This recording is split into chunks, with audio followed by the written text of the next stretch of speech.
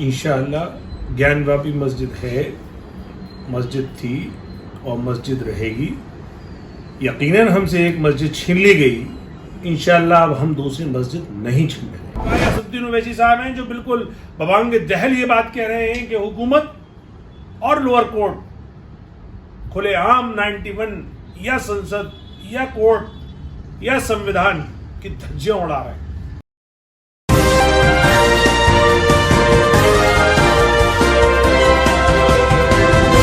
आप देख रहे हैं पल पल न्यूज और मैं हूं आपके साथ नदीम अकरम।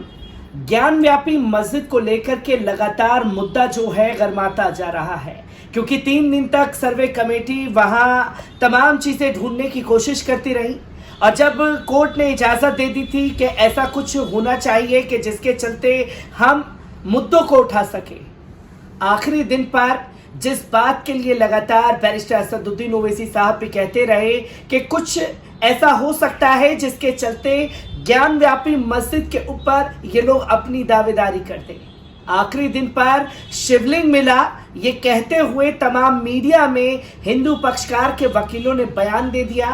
कितने इंच का शिवलिंग मिला, कोई 4.8 बताता हुआ दिखाई दिया तो वहीं कोई 12.8 बताता हुआ दिखाई दिया। मुद्दा ये है और सवाल ये है कि क्या बाबरी मस्जिद की तरह ज्ञानव्यापी मस्जिद भी मुसलमानों के हाथों से चली जाएगी? इसी पर बात करने के लिए हमारे साथ दिल्ली AIMIM प्रेसिडेंट कलीमुल हफीज साहब मौजूद हैं। क्या ज्ञानव्यापी मस्जिद भी मुसलमान खोले जा रहे हैं? इंशाअल्लाह ज्ञानवापी मस्जिद है, मस्जिद थी और मस्जिद रहेगी।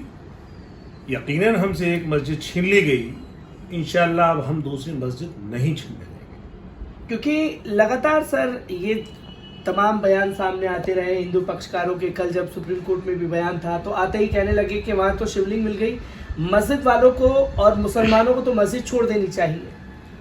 देखिए, ये सब लोगों ने मिलकर देश का मजाक बना दिया है, देश की न्याय व्यवस्था का मजाक बना दिया है और इसमें मेन स्ट्रीम मीडिया, जिसको गोदी मीडिया कहा जाता है, वो संघ परिवार और न्यायालय के भी बड़ा हिस्सा इनके साथ शामिल है। जिस तरह से बाबरी मस्जिद में 22-23 दिसंबर की रात को ईशा की नमाज के बाद मूर्तियां रख दी गई चोरी से और फिर सुबह को ये शोर मचा दिया गया कि रामलला प्रकट हो गए, बिल्कुल हूबहू उसी तरीके से कोर्ट के आदेश के अनुसार जो कमिश्नर अपनी रिपोर्ट हासिल कर रहा था या सर्वे कर रहा था, उसी दौरान एक सर्वे कमेटी का एक मेंबर विष्णु जैन झूठ बोल के अपना मोबाइल हासिल करता और कहता है मेरे फादर यानी हरिशंकर जैन की तबीयत खराब है, मुझे आप लोग मोबाइल दे दीजिए। उसको मोबाइल दे देते हैं, लेकिन उसी मोबाइल से वो फौरन उस गोपनीय सर्वे की गोपनीयता भंग करता है। वो शख्स वहाँ की पिक्चर लेता है और अपने फादर हरिशंकर जैन को कहता है कि आप जाइए सीधे कोर्ट, और अदालत उनकी एप्लीकेशन एक्सेप्ट कर लेती है और वो एक तरफा फैसला दे देती है। और वो एक तरफा फैसला किसके खिलाफ देती है? यानी वो दोनों पक्ष उसी कोर्ट के आदेश के अनुसार सर्वे में व्यस्त हैं। 8 बजे कार्रवाई शुरू हुई थी और ये जो कांड है 10 बजे का है। दूसरा, वहाँ उस दिन बुद्ध पूर्णिमा की वजह से कलेक्ट्रेट की छुट्टी थी, तो वहाँ की बार एसोसिएशन ने एक ऑर्डर जारी करा था कि आज यानी उस दिन 16 मई को कोई कोर्ट एडवर्स ऑर्डर जारी ना करे, यानी एक पक्षीय कोई फैसला ना दे। तीसरा, वहाँ पे ये परंपरा है उस कोर्ट की कि अगर कोई 12 बजे से पहले आप एप्लीकेशन सबमिट करेंगे तो उस पर फैसला 2 बजे के बाद सुनाया जाएगा। तो तीनों बातों की अवहेलना करते हुए, बिना दूसरे पक्ष को सुने हुए, जज साहब इजाजत भी, ऑर्डर भी पास करते थे। और ऑर्डर कितना खतरनाक पास करते हैं कि वो जगह उन्होंने उसको शिवलिंग मान लिया और 20 नमाजियों के लिए वो मस्जिद रिस्ट्रिक्ट कर दी गई। तो ये जो फेयरनेस ऑफ जस्टिस था उसका मजाक बना, पूरी दुनिया ने उसको देखा और वही कहानी दोहराई गई जिस तरीके से दिसंबर 1949 में रात को जब मूर्तियां रखी गई तो सुबह को जिला अदालत ने उस मस्जिद पे ताला लगवा दिया और फिर उस मस्जिद में नमाज नहीं हुई। उसके बाद फिर जब राजीव गांधी जब 86 में प्राइम मिनिस्टर थे तो उनके टाइम पे एक रातों रात वहां पे भी एक ताला खुलवाने का एक डिसीजन आया और उसके बाद उन्होंने शिलान्यास कराया। उसके बाद वो 92 में मस्जिद तोड़ दी गई और फिर उसके बाद जो 2019 में जो फैसला आया उसमें साफ साफ ये तय हो गया कि ना तो वहाँ मूर्तियाँ प्रकट हुई थी, वो चोरी से रखी गई थी। दूसरा, ना वहाँ जो मस्जिद तोड़ी गई वो क्राइम एक्ट था, और ना वो पक्ष ये साबित कर पाया जो मंदिर पक्ष था कि ये उसका मालिकाना हक है, न कहीं से ये साबित हो पाया कि वो किसी मंदिर को तोड़कर मस्जिद बनाई गई। यहाँ तक कि ये भी साबित नहीं हो पाया कि सन 1100 से लेके 1500 तक जब वो मीर बाकी ने मस्जिद बनाई थी उससे पहले भी वहाँ पे कोई घर, मकान, महल या कोई मंदिर हो, ये भी साबित नहीं हो पाया।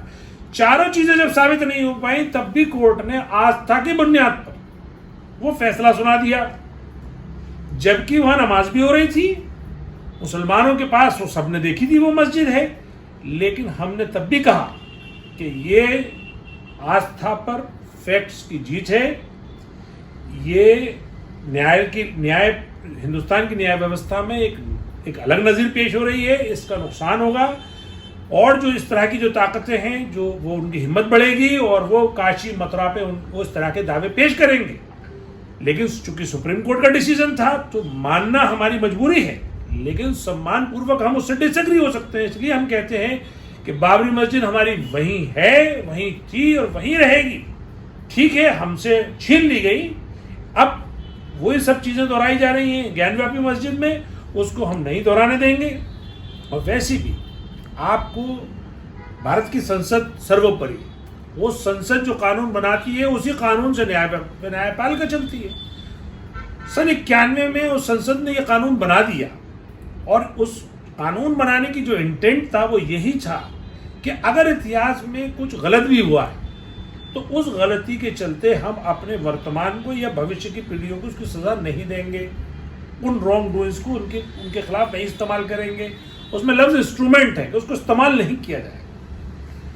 जब बाबरी मस्जिद और राम जन्मभूमि का वर्डिक्ट आ रहा था तब उन 5 जजेस की बेंच ने ये दोनों बातें उसमें कोट की। एक तो 1991 एक्ट को उन्होंने भारत के संविधान का बेसिक फीचर बता दिया, यानी अब उसको सरकार भी चाहे तो छू नहीं सकती, उसको बदल नहीं सकती, अमेंड नहीं कर सकती, क्योंकि वो फिर अनकॉन्स्टिट्यूशनल हो जाएगा, क्योंकि अभी वो बेसिक स्ट्रक्चर का फीचर हो गया। दूसरा, उन्होंने उस एक्ट की इंटेंट भी बताई, रिपीट की कि ये एक्ट बना इसलिए है कि अगर इतिहास में किसी ने कोई गलती की भी है, एक तो ये साबित होना करना मुश्किल होता है कि गलती की नहीं की, लेकिन मैं कहता हूँ हो भी जाए तब भी वो एक्ट ये कहता है कि उसका बदला वर्तमान से या हमारी फ्यूचर की पीढ़ी से नहीं लिया जाएगा। और सन 47 में जिस स्ट्रक्चर का जो नेचर है, अगर वो उस टाइम पे मंदिर था तो मंदिर रहेगा, मस्जिद थी तो मस्जिद रहेगी।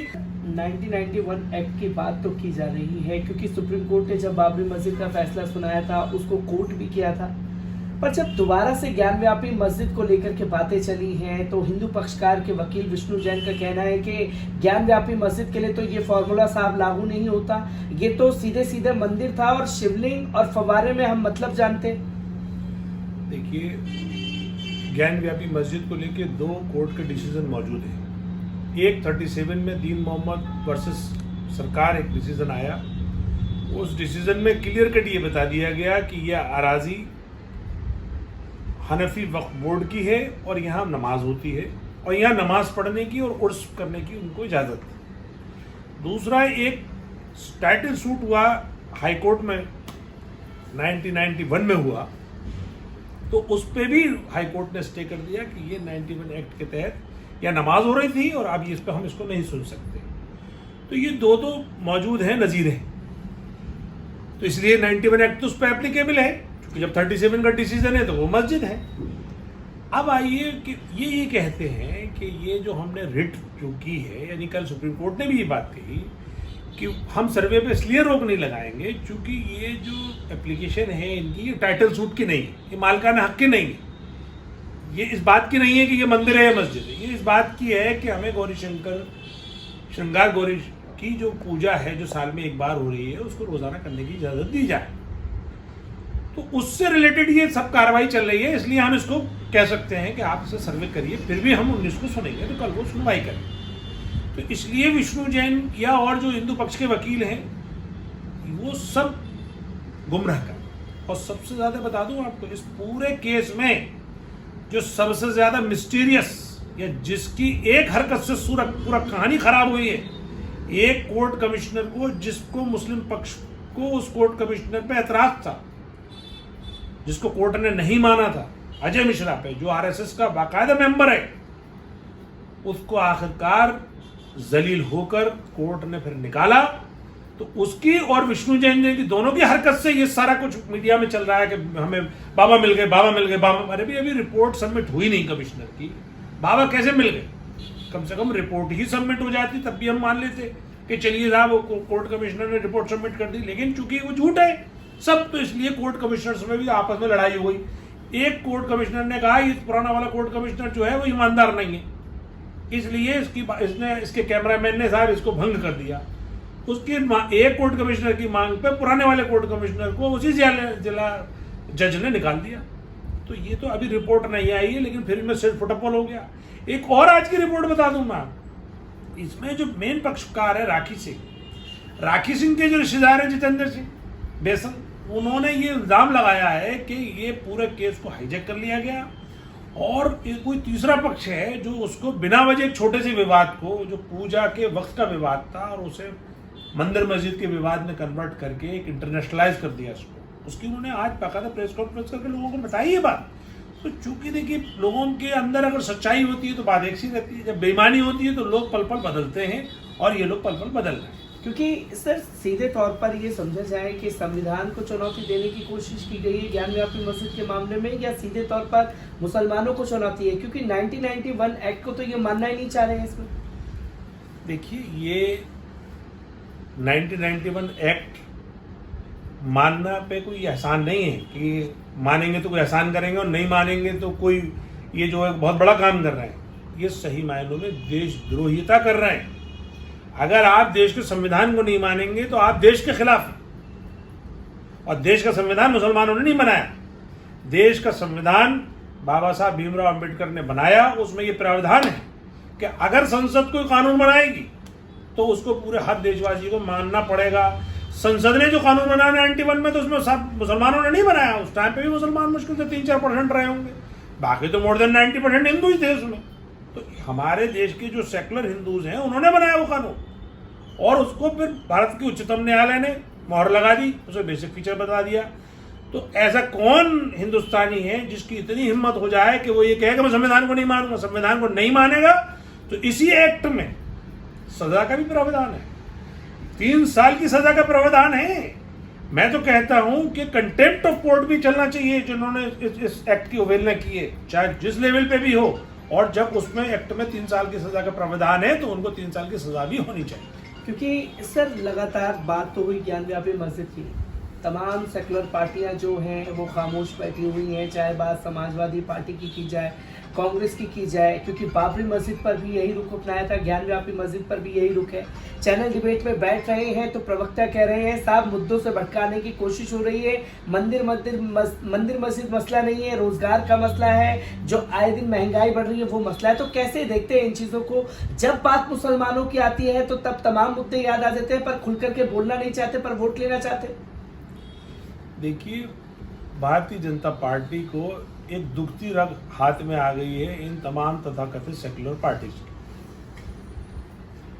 भारतीय जनता पार्टी जानती है कि जब हम मुसलमानों पे जुल्म करेंगे तो ये तथाकथित सेकुलर पार्टी बिल्कुल नहीं बोलेंगी, और वो जुल्म पे जुल्म किए जा रहे हैं। उन्होंने एक तरह से हम पे जंग का ऐलान कर दिया, पहले हिजाब, फिर मीर, फिर अजान, फिर लाउड स्पीकर, फिर काशी, फिर ताजमहल, फिर कुतुब मीनार, मतलब उन्होंने झड़ी लगा रखी। ये तथाकथित सेकुलर पार्टीज का कोई स्टैंड क्लियर नहीं है, इनको सिर्फ मुस्लिम वोट चाहिए, मुसलमानों की तकलीफ से उनको कोई लेना देना। इसलिए अगर आज अभी छोटे मोटे नेताओं के बयान भी आए, कल मैं सुन रहा था कहीं समाजवादी के जो मुखिया हैं अखिलेश यादव, उनका बयान भी आया तो वो कोर्ट के साथ है, यानी कोर्ट जो 91 एक्ट की अवहेलना कर रहा है उसके साथ है। अभी उनकी प्रवक्ता का एक बयान कर रहा था, सुन रहा था, वो भी उनके साथ है। कांग्रेस तो नहीम है नशीब है, वो तो बिल्कुल गुम हो गई है, जैसे उसको तो पता नहीं क्या सन्नाटा छाया हुआ है वहां पे, क्योंकि उसी का बोया हुआ बीज है। बाबरी मस्जिद के साथ जो हुआ, चाहे उसमें ताले लगवाए 49 में, तब कांग्रेस थी। जब उसमें उसके ताले खुलवा के शिलान्यास हुआ तब कांग्रेस थी। शिलान्यास के टाइम पे बूटा सिंह गए, उन्होंने उसका शिलान्यास किया। और जब मस्जिद टूटी, शहीद हुई, तब भी कांग्रेस थी, नरसिम्हा राव प्राइम मिनिस्टर।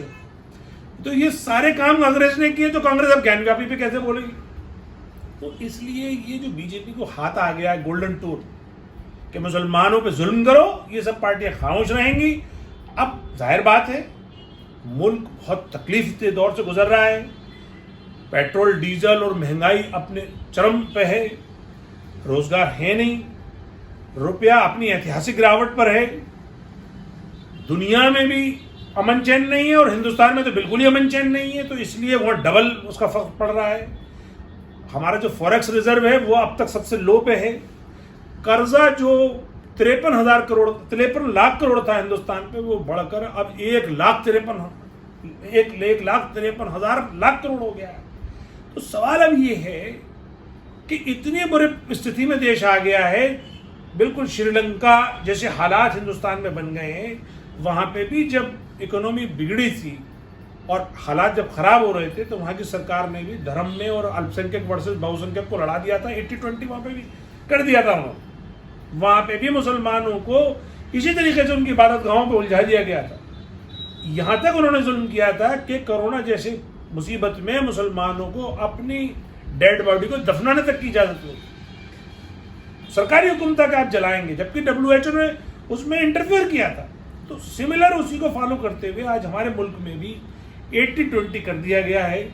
20% जो अल्पसंख्यक है इस देश में, उसको ये सरकार निशाना बना के रखे हुए है और बहुसंख्यक को ये उसकी भावनाओं को भड़का रहे हैं। उसमें सबसे बड़ा रोल अदा कर रहे हैं गोदी मीडिया, जो दिन भर चैनल पे चलाते हैं। जो भी उनको अल्पसंख्यकों के खिलाफ मुद्दा मिल जाता है उसको दिन भर चलाकर बहुसंख्यक की भावनाओं को भड़का कर और अल्पसंख्यकों के खिलाफ खड़ा कर रहे हैं। तो ये मुल्क के लिए बहुत बदनसीबी है। मेरी आपके चैनल की तवज्जुह से ये अपील है, खासतौर से आपके नाजरीन से, कि हम सबका ये मुल्क है, इस मुल्क को बचाना हम सबकी जिम्मेदारी है। यकीनन कुछ जो फासिस्ट ताकतें हैं उनके हाथ में हुकूमत है, केंद्र की भी और राज्यों की भी, और वो अपनी तरफ से पूरा जुल्म का उन्होंने ऐलान कर दिया है। लेकिन हमें सब्र और तहम्मुल से काम लेना है। हमें अपने संविधान की रक्षा करने के लिए आखिर तक लड़ना है। अभी हमारी न्याय व्यवस्था में अच्छे जजेस मौजूद हैं, अच्छी अदालतें मौजूद हैं और हमें अपनी न्यायपालिका न्याय व्यवस्था पे पूरा यकीन है।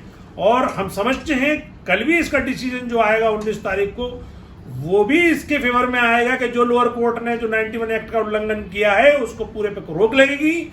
और वो ज्ञान व्यापी मस्जिद जिसमें 400 साल से नमाज पढ़ी जा रही है, इंशाअल्लाह आइंदा भी नमाज पढ़ी जाती रहेगी। सर, एक आखिरी सवाल, AIMIM ज्ञान व्यापी मस्जिद के मसले को लेकर के सड़कों पर किस तरीके से नजर आने वाली है? क्योंकि कुछ जगहों पर प्रोटेस्ट की खबरें आई हैं ज्ञान व्यापी मस्जिद को लेकर के। देखिए, AIMIM का अपना एक स्टैंड है, वो हर हाल में साथ खड़ी है, चाहे कितना ही कोर इशू हो। आप बताइए मुझे किसी का बयान आपने सुना हो पूरे हिंदुस्तान की सियासत में, सिवाय असदुद्दीन ओवैसी साहब हैं जो बिल्कुल बबांग दहल ये बात कह रहे हैं कि हुकूमत और लोअर कोर्ट खुलेआम 91 या संसद या कोर्ट या संविधान की धज्जियां उड़ा रहे हैं। उत्तर प्रदेश के उप मुख्यमंत्री केशव प्रसाद मौर्य संवैधानिक पद पर बैठे हुए भी बिना कोर्ट के डिसीजन आए हुए उसको बाकायदा शिवलिंग डिक्लेयर करते हैं और उस पर बाकायदा बयान देते हैं, इंटरव्यू देते हैं। तो ऐसी जो संवैधानिक पोस्ट की जो ये मर्यादा खत्म कर रहे हैं, ये लोकतंत्र का गला घोट रहे हैं। ये हिंदुस्तान ने जो लोकतंत्र के थ्रू पूरी दुनिया में जो इज्जत कमाई है उसको जूतियों में डाल रहे हैं। तो सवाल अब ये है, इसके खिलाफ हम खड़े हुए हैं, पूरी ताकत से खड़े हैं। अभी मामला अदालत में है तो हम अदालत में पूरी तरीके से सपोर्ट कर रहे हैं। मीडिया में है तो हमारी जितनी ताकत है हम उतना ताकत से मीडिया में बोल रहे हैं। और जब भी जैसी जरूरत पड़ेगी, सड़कों की जरूरत पड़ेगी तो सड़कों पे रहेंगे, और जहां भी जरूरत पड़ेगी AIMIM ज्ञान व्यापी मस्जिद को मस्जिद मानती है, मस्जिद के लिए दुआ करती है, मस्जिद के लिए कोशा है और मस्जिद के लिए साथ खड़ी रही। कलीमुल हफीज साहब हमारे साथ मौजूद थे, जिन्होंने साफ तौर पर यह कह दिया है कि ज्ञान व्यापी मस्जिद हमारी थी, हमारी ही मस्जिद रहेगी।